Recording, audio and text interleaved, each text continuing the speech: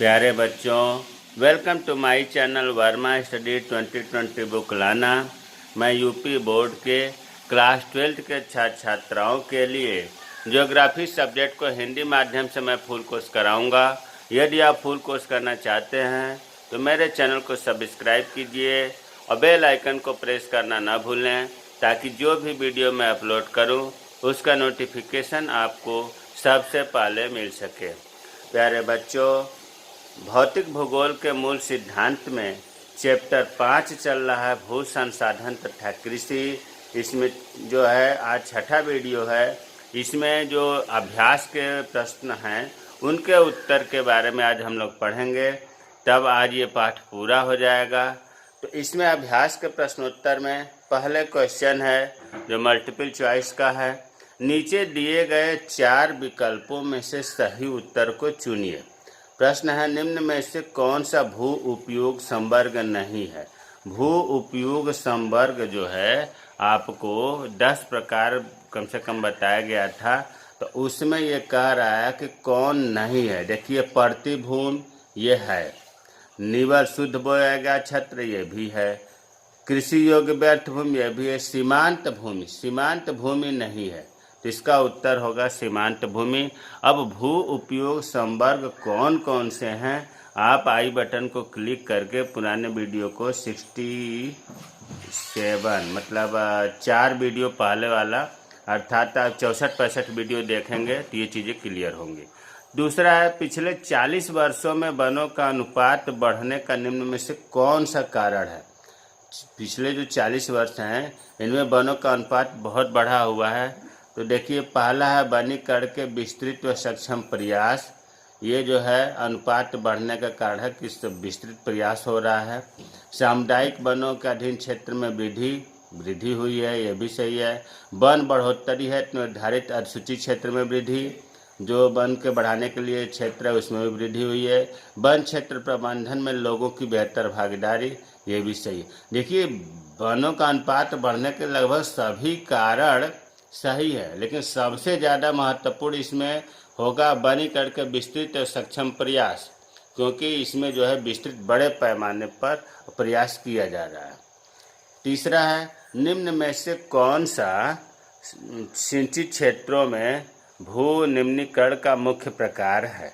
भू निम्नीकरण का मतलब कि अनुपजाऊ भूमि का होना कौन सा है, और सिंचित क्षेत्र में तो अवनालिका अपर्दन नहीं है, वायु अपर्दन यह भी उत्तर नहीं होगा, भूमिपसिट का जमाव, मृदा लवणता। देखिए, सिंचित क्षेत्र में भी पानी की सुविधा होने के बाद भी अगर मृदा लवणीय है तो भू निम्नीकरण होगा, भूमि अनुपजाऊ होगी। चौथा है, शुष्क कृषि में निम्न में से कौन सी फसल नहीं बोई जाती है। शुष्क कृषि का नाम लेते ही आप दिमाग में बात आ जानी चाहिए कि जहाँ पर 75 सेंटीमीटर से कम वर्षा होती है वहाँ पर जो खेती की जाती है उसे शुष्क कृषि कहते हैं, और 75 सेंटीमीटर से अगर अधिक वर्षा हो रही है तो वहाँ उसे कहते हैं आर्द्र कृषि। ये दोनों शुष्क कृषि आर्द्र कृषि जो है ये वर्षा पर निर्भर खेती के प्रकार हैं। तो इसमें पानी कम चाहने वाली फसल लिख रहा है, शुष्क कृषि में कौन सी फसल नहीं बोई जाती। जो पानी ज़्यादा चाहेगी वही नहीं बोई जाएगी। रागी कम चाहती है, ज्वार भी कम चाहती है, मूंगफली भी कम। गन्ना, इसका उत्तर गन्ना होगा, क्योंकि गन्ना अधिक पानी चाहने वाली फसल है। अगला प्रश्न है, निम्न में से कौन सा देशों में गेहूं और चावल की अधिक उत्पादकता की किस्में विकसित की गई थी।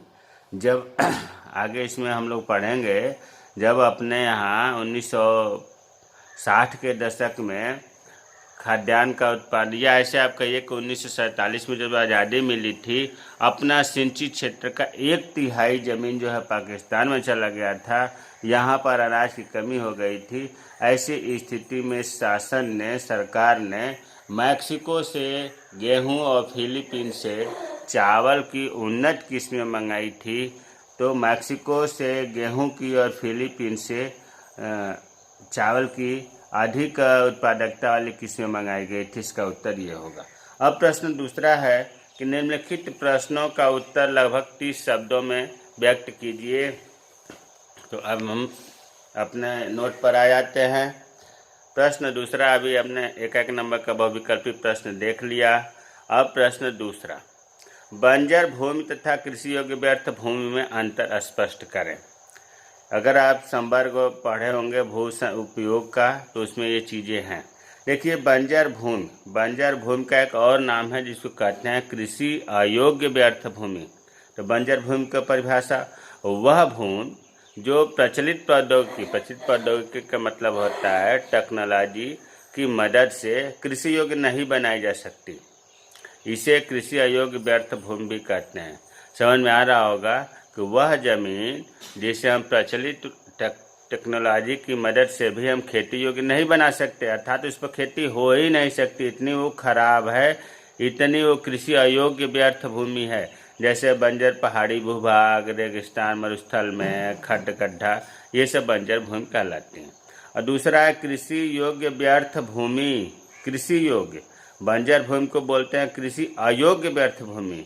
और कृषि योग्य व्यर्थ भूमि मतलब ये कृषि योग्य तो है लेकिन भूमि खराब है, तो इसे हम सुधार सकते हैं। मेन थीम ये है। तो भूमि उदार तकनीक द्वारा, मतलब जिस तकनीक से हम सुधार करते हैं, इस भूमि को कृषि योग्य बनाया जा सकता है। और यह भूमि जो कृषि योग्य व्यर्थ भूमि है, पिछले 5 या उससे अधिक वर्षों तक पड़ती या कृषि रहित रही है। इसकी शर्त भी है कि जहाँ पर खेती 5 वर्ष हो गया बिना करते या 5 वर्ष से अधिक हो गया फसलें नहीं उगाई जा रही हैं, वो कृषि योग्य व्यर्थ भूमि कहलाती है। और इसे हम कृषि योग्य भूमि सुधार सकते हैं, बना सकते हैं। यहाँ हमने नोट में करके लिख दिया है कि अगर एक कृषि वर्ष मतलब एक फसल के समय, जैसे धान एक कृषि वर्ष हुआ, धान गेहूँ मिलाकर 2 कृषि वर्ष हुआ, एक कृषि वर्ष अगर है या उससे कम अगर खेत को परती छोड़ा जाता है तो उसे वर्तमान परती भूमि कहते हैं। 1 वर्ष से अधिक और 5 वर्षों से कम अगर भूमि को परती छोड़ा जाता है, कृषि रहित रखा जाता है, खेती नहीं की जाती है, उसे कहते हैं पुरातन परती भूमि। और 5 वर्ष से अधिक अगर भूमि पड़ती है उसे कहते हैं कृषि योग्य व्यर्थ भूमि। यहाँ पर कृषि योग्य व्यर्थ भूमि की बात हो रही थी। इसका मतलब कि 5 वर्ष या 5 वर्ष से अधिक जो है वो पड़ती भूमि है, लेकिन इसे हम तकनीक के द्वारा कृषि योग्य बना सकते हैं। अगला प्रश्न है, निवल बोया गया क्षेत्र तथा सकल बोया गया क्षेत्र में अंतर बताएं। निकल का अंग्रेजी होता है नेट, एक इसका दूसरा भी नाम है शुद्ध, विशुद्ध भी कहते हैं। तो देखिए, शुद्ध बोया गया क्षेत्र, जिस भूमि पर फसलें उगाई काटी जाती हैं उसे हम निवल बोया गया क्षेत्र या शुद्ध बोया गया क्षेत्र कहते हैं। और दूसरा है सकल बोया गया क्षेत्र, यह कुल बोया गया क्षेत्र है, इसमें एक बार से अधिक बार बोए गए क्षेत्रफल को उतनी ही बार जोड़ा जाता है जितनी बार उस पर फसल उगाई जाती है।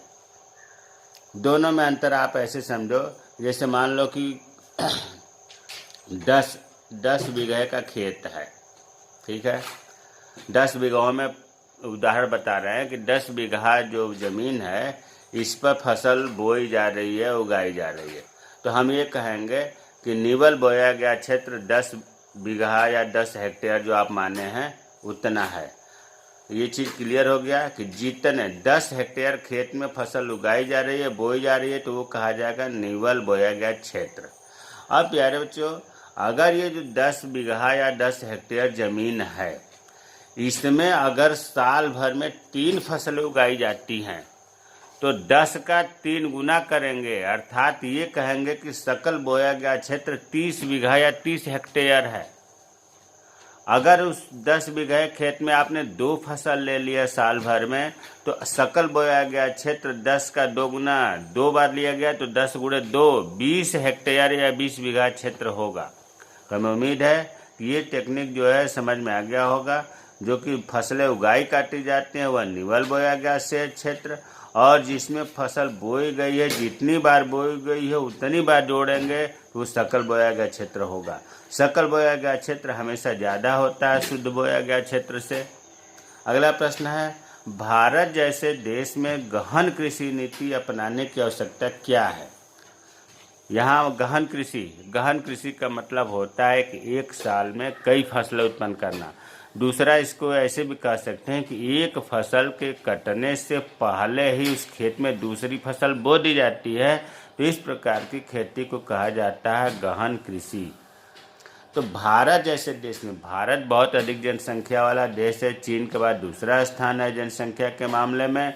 तो यहाँ पर गहन खेती जरूरी है, नहीं तो सबको खाने के लिए अनाज नहीं मिलेगा, दूसरे देश से आयात करना पड़ेगा। तो यही चीज़ लिखा है कि जनसंख्या वृद्धि के कारण अधिक अन्न उत्पादन करने के लिए सघन खेती या गहन खेती जरूरी है अपनाना। इस विधि के द्वारा क्या होता है, भूमि की थोड़ी मात्रा होगी, भूमि की कम मात्रा में भी बहुत अधिक उत्पादन कर लेते हैं। क्यों, कैसे कर लेते हैं भाई, अधिक फसलें उगाते हैं, जमीन को खाली नहीं रहने देते हैं, उर्वरकों का प्रयोग ज़्यादा करते हैं, तो अधिक से अधिक उत्पादन होता है। गहन कृषि जरूरी है भारत के लिए। अगला प्रश्न है, शुष्क कृषि तथा आर्द्र कृषि में क्या अंतर है। अभी इससे पहले भी मैं बताया था कि जहाँ पर 2 कॉलम बना दिया अंतर के लिए, जहाँ पर 75 सेंटीमीटर से कम वर्षा होती है वहाँ अगर खेती करते हैं तो शुष्क खेती, और जहाँ पर 75 सेंटीमीटर से अधिक वर्षा होती है अगर वहाँ खेती होती है तो इसे कहते हैं आर्द्र कृषि। ये दोनों वर्षा पर निर्भर कृषि के प्रकार में आते हैं। दूसरा अंतर, शुष्क कृषि में जहाँ पर 75 सेंटीमीटर से कम वर्षा होती है सूखा सहने वाली फसलें बोई जाती है, जैसे रागी, बाजरा, मूंग, चना, ग्वार। और जहाँ पर वर्षा ज़्यादा होती है जिसे आर्द्र कृषि कहते हैं, 75 सेंटीमीटर से अधिक वर्षा होती है यहाँ पर अधिक पानी चाहने वाली फसलों को बोते हैं, जैसे चावल, जूट, गन्ना। तो शुष्क कृषि और आर्द्र कृषि में अंतर समझ में आ गया होगा। प्रश्न तीसरा है, भारत में भू संसाधनों, देखिए भू संसाधन में भूमि से मतलब है, मानव संसाधन में आदमी से मतलब है, खनिज संसाधन में खनिज से मतलब है। तो भू संसाधन का अर्थ हुआ यहाँ भूमि से। भारत में भूमि की विभिन्न प्रकार की पर्यावरणीय समस्याएं कौन सी हैं। जो हमारे पास भूमि संसाधन है, विशेष तौर से सिंचित भूमि जो है, उनमें समस्याएं आ रही है, उत्पादन कम हो रहा है, इसका कारण क्या है, निदान कैसे करेंगे, ये भी पूछ रहा है। तो उत्तर आप देखें, भारत में भू संसाधनों का निम्नीकरण का मतलब होता है अनुपजाऊ होना, भूमि का खराब होना, फसलों का उत्पादन नहीं होना। और भू संसाधन में मान ली बताए थे कि भूमि हो गया। तो प्रश्नों को पहले समझिए, पूछ रहा है कि भारत में भूमि का निम्नीकरण एक गंभीर समस्या है। उत्पादन जमीन से अब कम हो रहा है, पहले तो ठीक होता था, ज़्यादा होता था, अब दिन पर दिन उत्पादन कम हो रहा है, विशेषकर सिंचित क्षेत्रों में जहाँ सिंचाई के साधन है वहाँ भी फसलें कम हो रही है, नहीं हो रही है, तो निम्नीकरण हुआ। ये समस्या गंभीर है और ये जो मृदा की उर्वरता जो है कम होती जा रही है, अब इसके कारण बताना है जो पर्यावरणीय समस्याएं कहलाती हैं। तो सबसे पहली समस्या तो ये है कि जो कृषि भूमि है जिस पर खेती होती है, सिंचित कृषि भूमि, इसका एक बहुत बड़ा भाग जो है जलक्रांतता, मतलब जल की बहुत अधिकता से, बाढ़ से, लवणता से, मृदा के क्षरण से बंजर हो चुका है, अर्थात इनमें फसलें नहीं हो रही हैं। उसी का डाटा दिया है कि अब तक 80 लाख हेक्टेयर भूमि लवणता से और क्षारता मतलब मृदा क्षरण से, 70 लाख हेक्टेयर भूमि बाढ़ के कारण, जल क्रांतता के कारण, जल अधिक के कारण अपनी उर्वरता खो चुकी है। तो 70 और 80 लगभग 150 लाख हेक्टेयर भूमि जो है हमारी अनुपजाऊ हो गई है, जल क्रांतता के कारण, अर्थात बाढ़ के कारण, लवणता के कारण, मृदा के कारण। ये गंभीर समस्या है। तीसरा है कीटनाशकों, रसायनों व रासायनिक उर्वरकों के अत्यधिक प्रयोग से मृदा प्रोफाइल में जहरीले तत्वों का। आजकल क्या हो रहा है, कोई भी फसल का बोने के बाद दवा छिड़काव होता रहता है, तमाम प्रकार के रसायन छिड़काव होता है, उर्वरकों का प्रयोग अधिक किया जा रहा है। क्यों किया जा रहा है? ताकि अधिक उत्पादन। इतना कीटनाशक और इतने केमिकल या इतने उर्वरकों का प्रयोग हो रहा है कि जो उत्पादन होता है वो तो जहरीला है ही, जो मिट्टी की प्रोफाइल मतलब मिट्टी का जो ऊपरी परत है, भू पटल जिसको कहते हैं, जिस पर खेती होती है, यह जो है खराब हो चुकी है। ये जहरीले तत्वों का इसमें मात्रा ज़्यादा बढ़ गया है। इस वजह से ये गंभीर समस्या है भू संसाधनों का निम्नीकरण होना। बहुफसलीकरण, देखिए बहुफसलीकरण के नाम से ही लग रहा है कि फसलों की संख्या साल में कई बार लेना, अर्थात भूमि को खाली न छोड़ना। पहले क्या होता था कि 2 फसल लेने के बाद या 1 फसल के बाद 1 फसल की भूमि परती छोड़ दी जाती थी। इससे जो उसमें उर्वरता खोई रहती थी भूमि में, वो अपने आप प्राकृतिक प्रक्रिया के द्वारा आ जाती थी उर्वरता। अब भूमि को परती छोड़ा ही नहीं जा रहा है, रात दिन फसलें उगाई जा रही हैं, तो क्या हो रहा है, भूमि का निम्नीकरण हो रहा है, अर्थात उर्वरता खत्म होती जा रही है। और पांचवा है कि उष्णकटिबंधीय आर्द्र क्षेत्रों में जहाँ बारिश ज़्यादा होती है वहाँ 2 प्रकार आपको बताया गया था, शुष्क क्षेत्र, आर्द्र क्षेत्र। आर्द्र क्षेत्रों में जल द्वारा मृदा का अपर्दन होता है, जबकि शुष्क क्षेत्रों में वायु द्वारा मृदा का अपर्दन होता है और उपजाऊ मिट्टी ये बह जाती है या वायु द्वारा उड़ के चली जाती है। ये भी भूमि का निम्नीकरण का एक समस्या है। तो ये तो अभी आपने पढ़ा भारत में भू संसाधनों के निम्नीकरण के कारण। अब इनको दूर कैसे करें, तो देखिए दूर करने के लिए जो समस्याएं हैं इनको प्रौद्योगिकी व तकनीक, टेक्नोलॉजी और टेक्निक के विकसित करके संभव है। ऊपर जो समस्याएं हैं उनको टेक्नोलॉजी के द्वारा दूर कर सकते हैं, और साथ ही साथ जो समस्याएं जन्म देने वाली हैं उनको दूर करना है, नियंत्रित करना है। जैसे मान लीजिए कि शुष्क क्षेत्रों में वायु अपर्दन एक आम समस्या है, तो वायु को रोकिए, वायु को बड़े बड़े लंबे लंबे वृक्ष लगाइए, उनकी गति को रोकिए, तो वायु अपर्दन कम होगा। तो इस प्रकार से क्रियाकलाप को जन्म दे करके नियंत्रित करते हैं ताकि निम्नीकरण की समस्याएं कम से कम हो। अब अगला प्रश्न है, भारत में स्वतंत्रता प्राप्ति के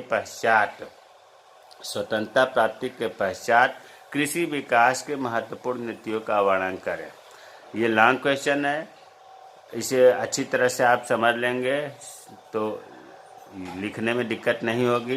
देखिए स्वतंत्रता प्राप्ति के बाद हुआ क्या कि जब स्वतंत्रता प्राप्ति के बाद पाकिस्तान अलग हुआ तो जो अपने यहाँ सिंचित भूमि थी उसका 1/3 भाग पाकिस्तान में चला गया, जिसके वजह से यहाँ सिंचित भूमि कम हुआ। सबसे बड़ी सरकार के सामने ये आया खाद्य समस्या का, कि खाद्यान्न का उत्पादन कैसे बढ़ाया जाए, ताकि एक तो ज़मीन कम हो गई और दूसरे में उतने उर्वरक या उतने अच्छे किस्म की भी व्यवस्था नहीं थी।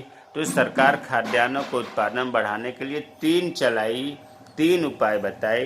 पहला तो ये बताया कि व्यापारिक जो फसलें बोई जा रही हैं उनके जगह पर खाने वाली अनाज वाली फसलों को उगाया जाए, ताकि खाने के लिए अनाज की कमी न हो। और दूसरा उसने सरकार ने उपाय बताया कृषि गहनता को बढ़ावा दिया जाए, अर्थात अधिक से अधिक फसलों को उत्पादन किया जाए। और तीसरा बताया सरकार ने कि जो बंजर भूमि है, कृषि योग्य जो खराब भूमि है, पड़ती भूमि है, इनको कृषि योग्य भूमि में परिवर्तित किया जाए। ये जो 3 नीतियाँ सरकार ने चलाई उस स्वतंत्रता प्राप्ति के बाद, इन नीतियों से खाद्यान्नों का उत्पादन तो बढ़ा, लेकिन 1950 के दशक में इसके उत्पादन स्थिर हो गया। शुरू में तो इन तीनों योजनाओं से, तीनों उपाय से उत्पादन हुआ था खाद्यान्नों का ज़्यादा, लेकिन कुछ समय बाद 1950 के दशक में 50 से 60 के बीच में फिर उत्पादन स्थिर हो गया और सरकार जो है चिंता में पड़ी। इस समस्या से निपटने के लिए, उत्पादन स्थिर हो गया तो उत्पादन बढ़ाने के लिए सरकार ने 2 कार्यक्रम चलाए। एक तो चलाई गहन कृषि जिला कार्यक्रम, IADP, intensive agriculture development programme, और दूसरा कार्यक्रम चलाई गहन कृषि क्षेत्र कार्यक्रम IAAP, ये होगा इंटेंसिव एग्रीकल्चर एरिया प्रोग्राम। सरकार जो है 2 कार्यक्रम चलाई, IADP और IAAP। जब उत्पादन स्थिर हो गया, लेकिन ज़्यादा थोड़ा बहुत तो उत्पादन बढ़ा, लेकिन प्यारे बच्चों 1960 के दशक में 1960 से 1970 के बीच में 2 बार अकाल पड़ गया। अगर सन याद करना है तो एक अकाल पड़ा 1965 में और दूसरा अकाल पड़ा 1966 में। ये जो है सन क्लियर याद ना हो तब आप ऐसे लिख सकते हैं 1960 के दशक में। 1960 के दशक में 2 बार अकाल पड़ गया। अब तो हमारे देश में अन्न का संकट उत्पन्न हो गया। फिर सरकार चिंता में पड़ी, परिणाम स्वरूप दूसरे देशों से खाद्यान्नों का आयात करना पड़ा। अब खाद्यान्नों का आयात करना पड़ा तो कब तक खाद्यान्नों का उत्पादन होगा? उत्पादन बढ़ाने के लिए सरकार ने कुछ उपाय किए, जैसे मैक्सिको से गेहूं, फिलीपीन से चावल के अधिक उत्पादन देने वाली किस्मों को मंगवाया गया और उसको हरियाणा में, पंजाब में, पश्चिम उत्तर प्रदेश में, आंध्र प्रदेश में, इन्हें 5 प्रदेशों में बोने के लिए सरकार ने किसानों को जागरूक किया। और ये जो मैक्सिको से गेहूं की उन्नतशील किस्म आई थी और फिलीपीन से चावल की किस्म आई थी, इससे खाद्यान्नों में बहुत ही अभूतपूर्व उत्पादन हुआ। साथ ही सरकार ने सिंचाई की व्यवस्था और उर्वरकों की व्यवस्था, किसानों को ट्रेनिंग दे करके इसके मतलब एक प्रकार से क्रांति चलाया।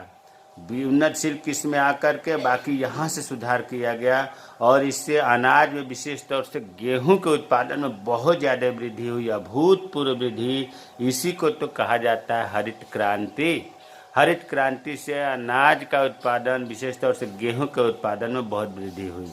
दूसरे सरकार ने चलाया योजना आयोग ने 1988 में कृषि विकास में प्रादेशिक संतुलन को प्रोत्साहित करने हेतु देखा भारत सरकार ने कि प्रदेश के अलग अलग प्रदेशों में कहीं पर उत्पादन ज़्यादा हो रहा है, कहीं पर बहुत कम हो रहा है। तो इस संतुलन को बराबर करने के लिए 1988 में कृषि जलवायु नियोजन आरंभ किया सरकार ने।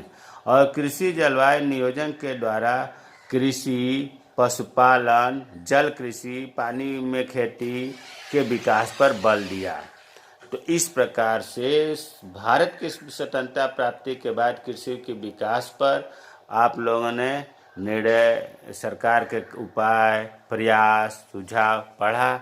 मुझे उम्मीद है कि ये पाठ समाप्त हो रहा है, बहुत अच्छे से समझ में आया होगा। मेरे चैनल को सब्सक्राइब कीजिए। जय हिंद, जय भारत।